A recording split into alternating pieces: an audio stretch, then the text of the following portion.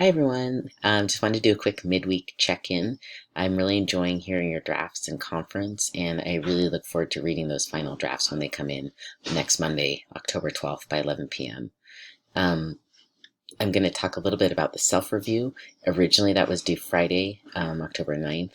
Now it is going to be due with your final draft. If you look here on the page, you'll see that you'll see that it's due Monday, October 12th, 11 p.m. You're going to be working in your final draft to do that final review. And what I'm asking you to do is you can choose one of these three options. You may either color code one body paragraph, so using your highlighter function, you'll color code each section of a single body paragraph, body paragraph 1 or body paragraph 2. It's topic sentence, pre-harvest explanation, harvest 1, harvest 2, wrap up. Or I'd like you to go through and find all the he says before each of your quotations. Remember, you really need those. So if there's a quote that doesn't have a he says, that should be a good reminder to you, like, hey, I'm not able to bold this he says because there isn't one, so I need to add one in.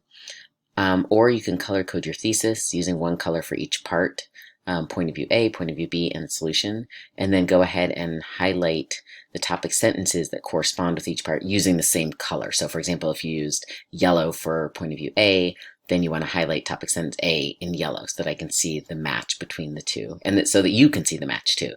The point of the self-review is that you can see if you've got these things, and missing a color should tell you that you are missing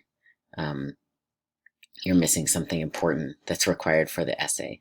When you post your final draft, you will post it with this evidence of review in it.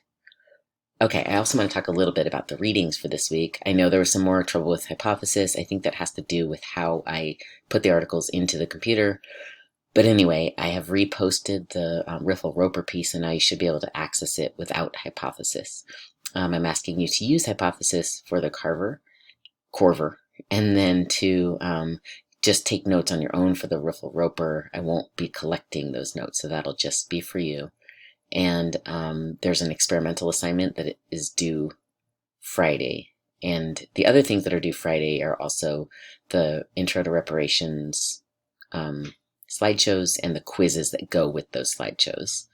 And I think that's it. I will also be creating a week 7 check-in. I know that check-in number 5 was a little messy, but we'll be back to normal now. Okay, that is it. I hope you're having a good week.